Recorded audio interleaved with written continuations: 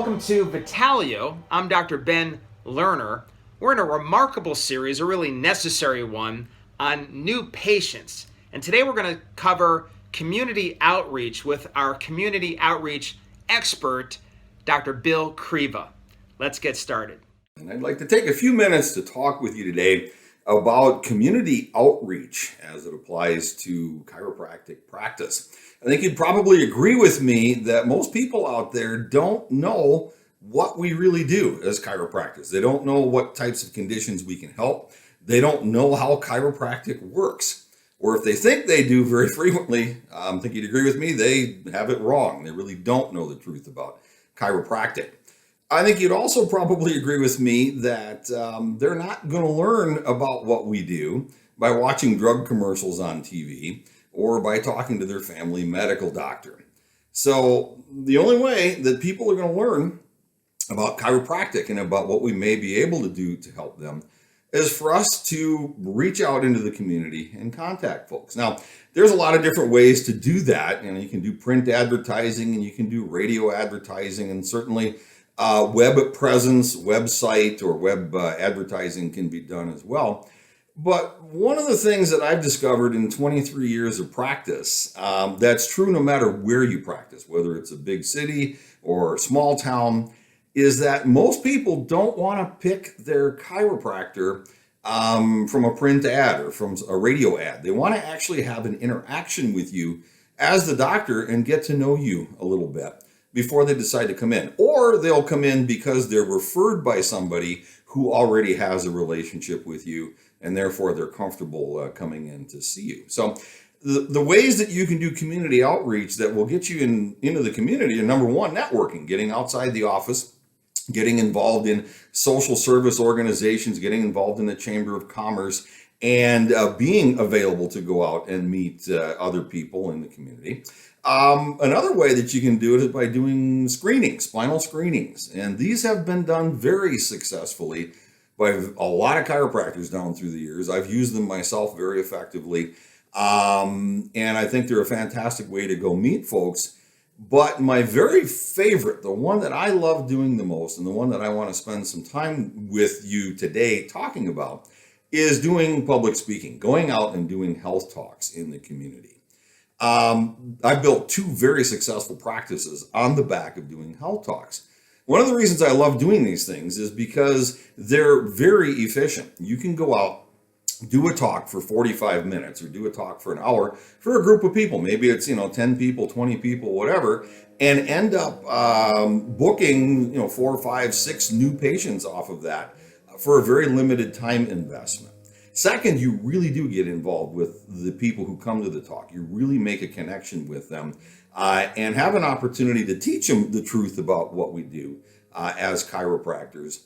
And finally, there is no question that once you get doing this, it's a lot of fun. It's a great time. I know some people are afraid of public speaking, but at the end of the day, the more you do, the easier it is. And quite frankly, I haven't known anyone yet who's died from having to get up in front of a group and do a presentation. So if you want to do presentations as part of your community outreach, how do you do them? I get asked this all the time, and I'm going to give you just some basic insights on how these things work. First of all, it is really, really important to have a wonderful introduction for your talk. You want to share something about yourself. You want to share a little bit about your personal background, your journey. How did you end up becoming a chiropractor in the first place, for example? So that the audience gets to know a little bit about you. They get to know your background, and they establish a personal connection with you right away, right at the very beginning. I always know when I'm speaking to a group if I've done a good job with the introduction, because at the beginning, they may be looking all over and taking notes and scribbling and talking to their friend.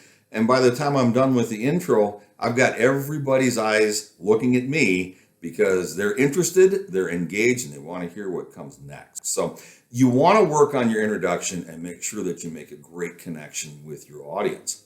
The next area is the one that most chiropractors who decide they want to do health talks get all hung up about, and that is, what should I talk about? What should be in the talk? What are the subjects I can cover? How do I do this? So I don't get shot down by the audience.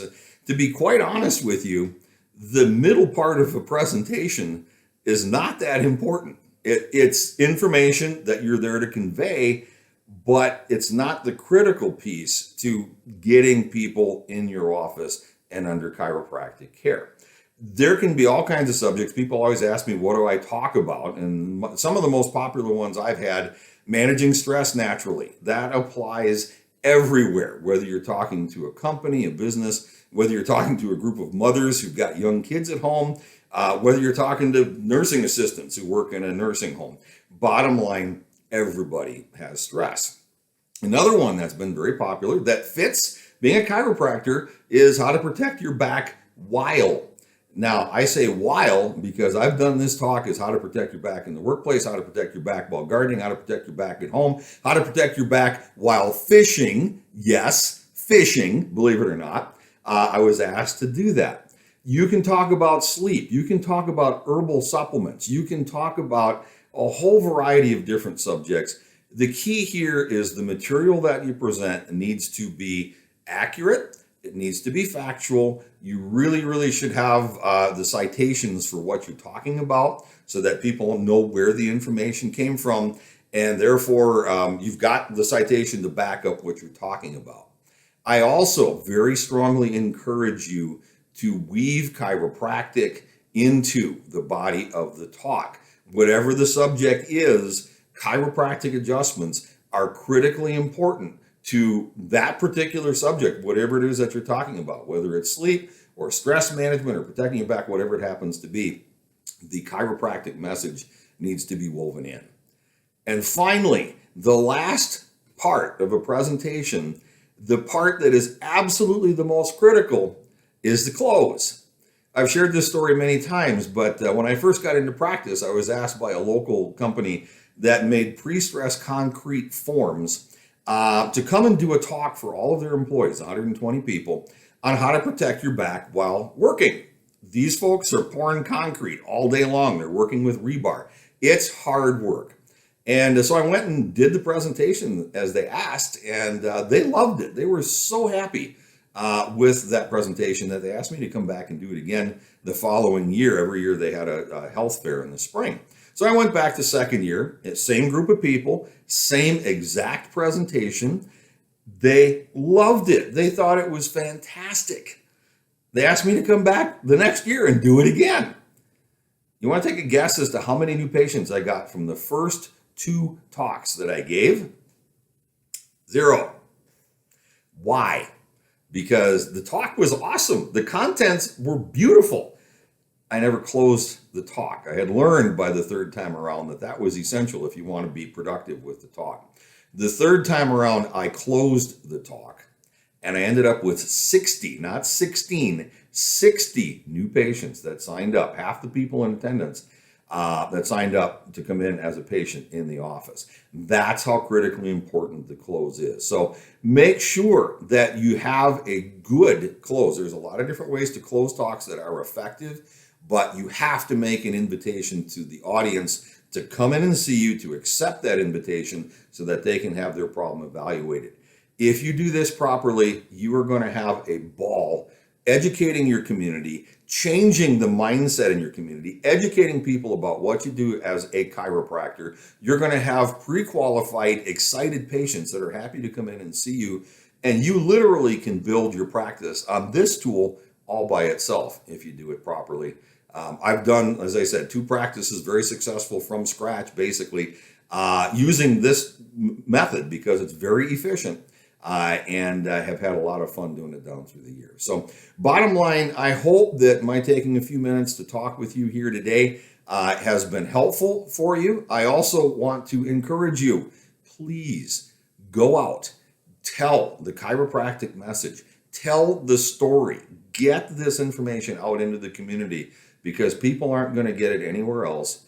And right now, there are people out there who need what you have to offer, who don't know that you're the answer to their problem because they've never had an opportunity to meet you. So go do it. Have fun with it. Community outreach is important. I hope this helps. I hope you have a great rest of the day. Hey, thanks for joining us today. As a reminder, we've got regular webinars that go into even more detail on this topic. Check the description for more ways to get our content and sign up. If you'd like more information about Vitalio and how it might help your practice, you can always reach us at vitaliohealth.com. That's VITALLEO health.com. Bless you, and remember who you are.